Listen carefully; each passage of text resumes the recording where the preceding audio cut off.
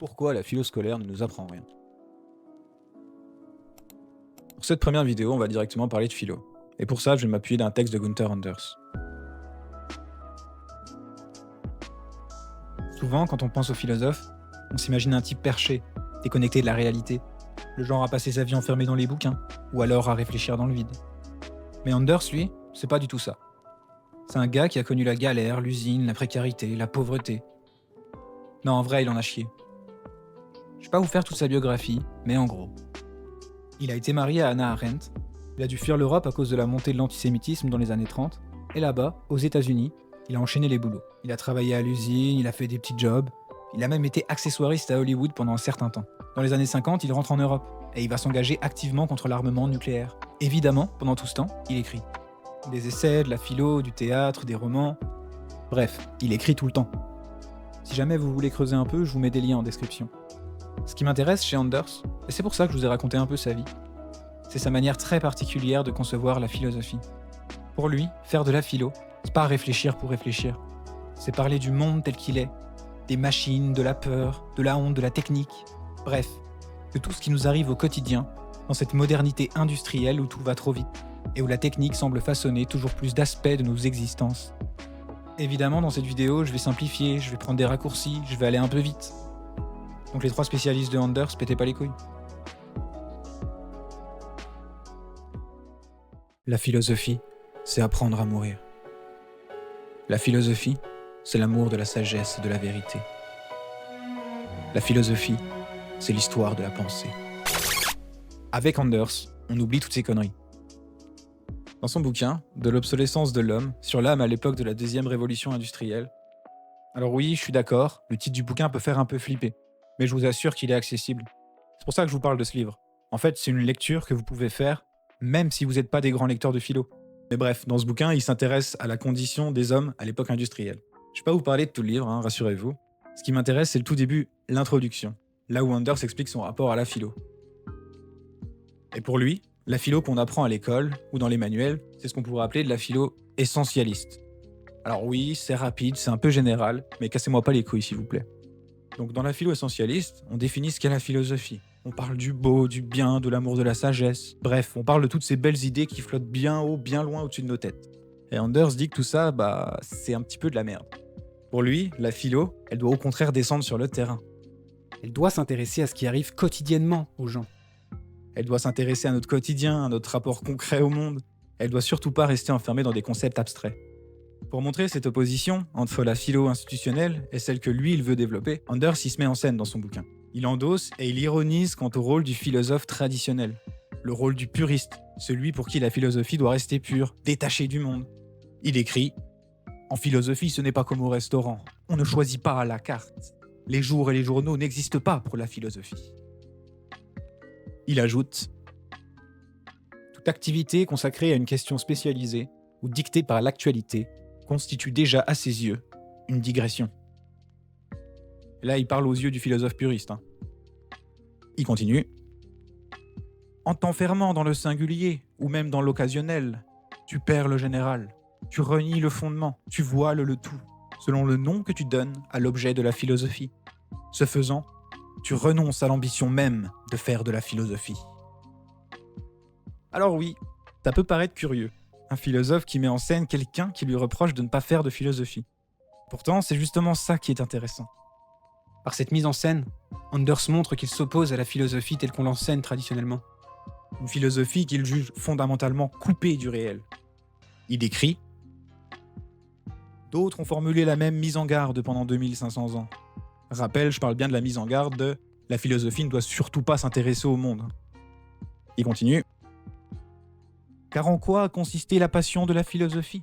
Celle qui a animé les philosophes les plus divers, si ce n'est à choisir de se détourner avec grande éloquence du contingent, du mundus sensibilis, pour se tourner vers l'essentiel, le mundus intelligibilis. Alors, désolé pour les mots latins, d'ailleurs il y a vraiment moyen que je les ai mal dit, et je vous promets ça arrivera pas souvent. Mais en gros, dans ces citations, il nous dit « Depuis 2500 ans, la philosophie passe son temps à regarder ailleurs. La philosophie fuit le monde sensible. Elle préfère l'essentiel à l'accidentel, les idées au concret, le ciel aux machines, les concepts à la vie elle-même. Et c'est justement ça qu'Anders veut renverser. Là où la philosophie classique cherche à s'élever, Anders, lui, veut redescendre. Il veut parler du monde tel qu'il est, même s'il est moche, industriel, saturé de techniques. Dans son livre, Anders parle de la télévision, de la radio, il parle de l'usine, du rapport des ouvriers face à la consommation. Il alterne entre récits autobiographiques et réflexions purement philosophiques. Et ça, c'est une manière de faire qui constitue en soi une vraie rupture. Parce que ça veut dire que faire de la philosophie, ça ne peut plus être seulement commenter des textes. C'est plutôt essayer de comprendre comment on en est arrivé là. Comment, par exemple, on est arrivé à fabriquer des bombes capables de tout raser, à inventer des drones, des missiles, des ordinateurs, des machines qu'on ne comprend même plus. Et comment, d'une certaine manière, on peut avoir l'impression d'être devenus les spectateurs de notre propre monde. Pour en finir avec cette histoire de philosophie concrète qui s'oppose à la tradition philosophique, Anders écrit « Celui qui philosophe doit au contraire toujours s'emparer de quelque chose de spécifique, de quelque chose de distinct du fondement, d'une chose qu'il va précisément travailler à approfondir. Bref, l'exercice effectif de la philosophie suppose que la philosophie ignore cette définition intransigeante de l'essence de la philosophie. » Anders renverse donc frontalement la hiérarchie traditionnelle de la philo. Là où la philo classique prétend accéder à l'universel en se détournant du particulier, il affirme au contraire que c'est dans le travail du singulier que se joue l'acte même de philosopher. Autrement dit, la philosophie n'existe pas malgré le contingent, malgré le particulier, mais à partir de lui. Le paradoxe, la philosophie doit ignorer la définition de la philosophie, n'est pas un simple effet de style. Il signifie que pour être fidèle à sa vocation critique et dynamique, la pensée doit refuser de s'enfermer dans une essence close. Anders s'attaque ici à ce qu'il perçoit comme le vice fondamental de la tradition métaphysique classique, vouloir définir a priori ce que doit être la philosophie, au lieu de la laisser se mesurer à la réalité historique et technique de son temps. En gros, moi ce qui me plaît, c'est que chez Anders, il y a une exigence éthique et existentielle. Penser, ça ne peut plus être contempler l'essence du monde. C'est au contraire prendre position dans un monde en mutation, celui de la révolution industrielle. D'où le mot d'ordre implicite.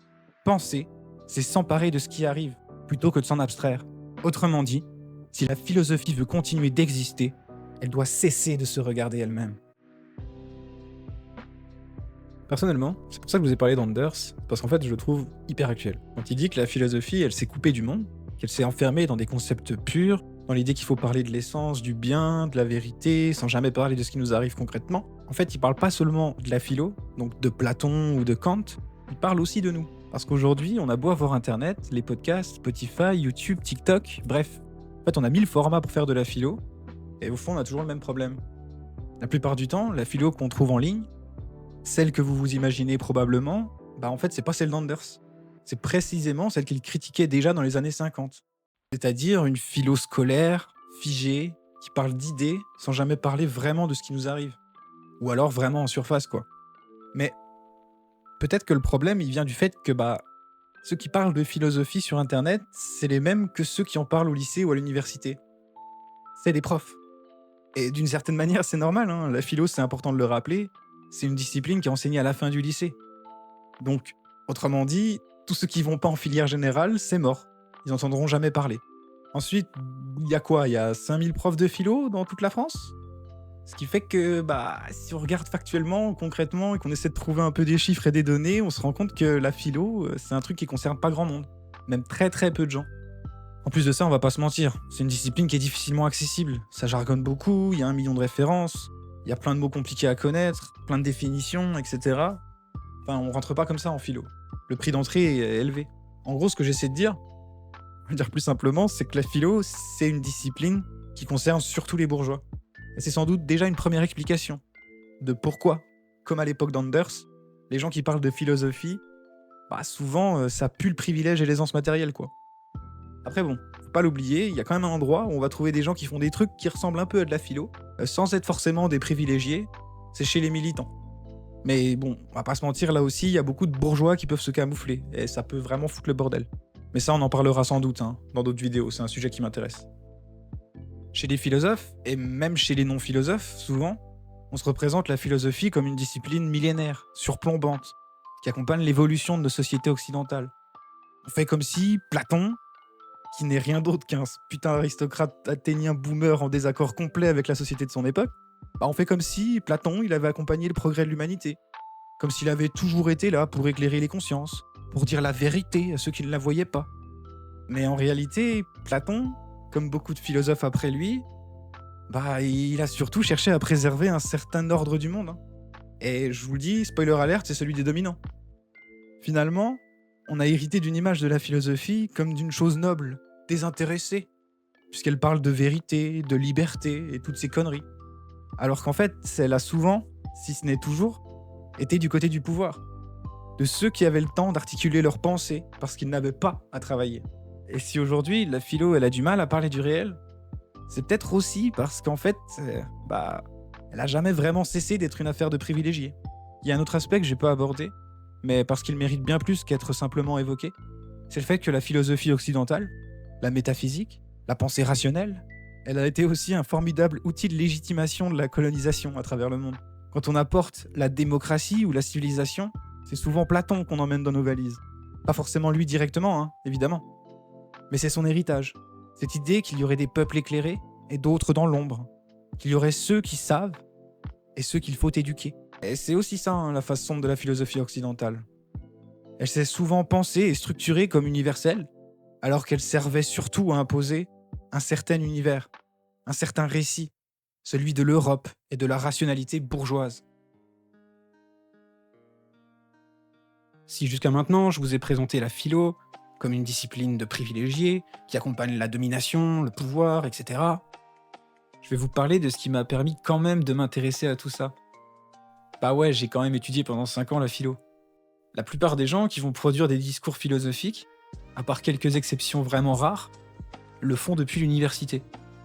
Ou en tout cas, ils ont été formés là-bas. Et tout ça, là, ça date de l'institutionnalisation de la philo, au 19e siècle par Victor Cousin.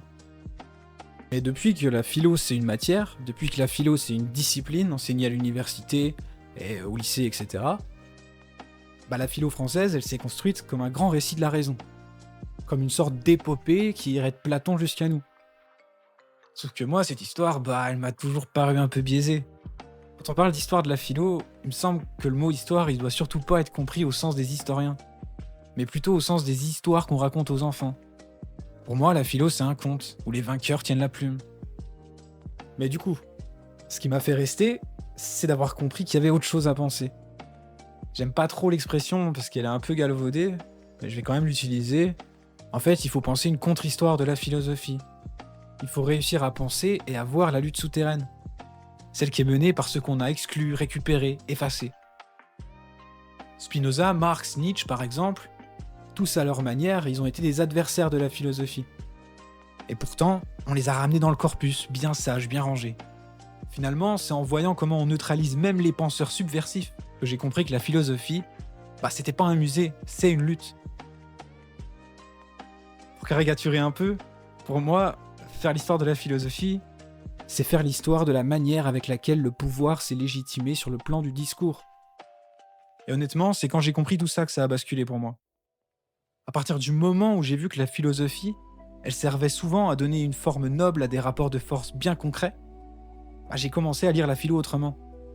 Non plus comme une suite d'idées intéressantes, comme des idées complexes, intelligentes, etc., mais comme un lieu, un espace où chaque concept est une arme, chaque système une manière d'occuper le terrain. Derrière les belles phrases sur la vérité, la morale ou la liberté, j'ai appris à entendre les bruits de fond, ceux de la domination, des résistances, des silences. Et pour moi, c'est vraiment là que la philo elle a cessé d'être un savoir abstrait, pour devenir un outil critique, un moyen de déplier les formes de pouvoir cachées dans les mots. Bon voilà, j'ai évoqué tous les trucs dont j'avais envie de discuter avec vous. J'avais pas envie d'être trop long et trop chiant, tant que je maîtrise pas vraiment le storytelling. Donc vous l'aurez compris, ce que je vais essayer de faire avec cette chaîne, c'est d'essayer de vous proposer une autre manière de parler de philo. Je vais essayer, un peu comme Anders le préconise, de poser mon attention sur certains éléments concrets, sur certains problèmes, certains objets qui touchent notre quotidien. Et je vais surtout essayer de garder en tête les mots d'Anders. Qu'il s'agisse bien de philosophie, voilà le dernier des soucis de ceux qui philosophent. Par contre, c'est évident, j'ai quand même envie de vous partager certains textes, de vous parler de mon rapport à certains auteurs, à certains discours. J'en dis pas trop parce que j'aimerais bien me garder une petite marge de liberté, mais j'ai envie qu'on parle ensemble de Foucault, de Deleuze, de Derrida. Oui, j'ai envie qu'on parle des 3 sensei légendaires. Mais j'ai aussi envie qu'on discute de Bernard Stiegler, de Spinoza, et aussi de Marx. En fait, ça sera un moyen pour moi de réfléchir avec vous au fil du temps. Et comme vous avez pu normalement le comprendre, moi je prétends pas chercher ni avoir la vérité. Si vous voulez pas être d'accord avec moi, il y a aucun souci. On en parle en commentaire ou alors pendant des streams. Voilà, je vous remercie d'avoir regardé cette vidéo. Je vous demande surtout de me pardonner pour la qualité du montage, c'était mon premier, donc voilà, j'ai fait comme je pouvais. Mais je vous assure que je vais essayer de faire en sorte que ça soit de mieux en mieux. C'était Akoufen, à bientôt pour une prochaine vidéo.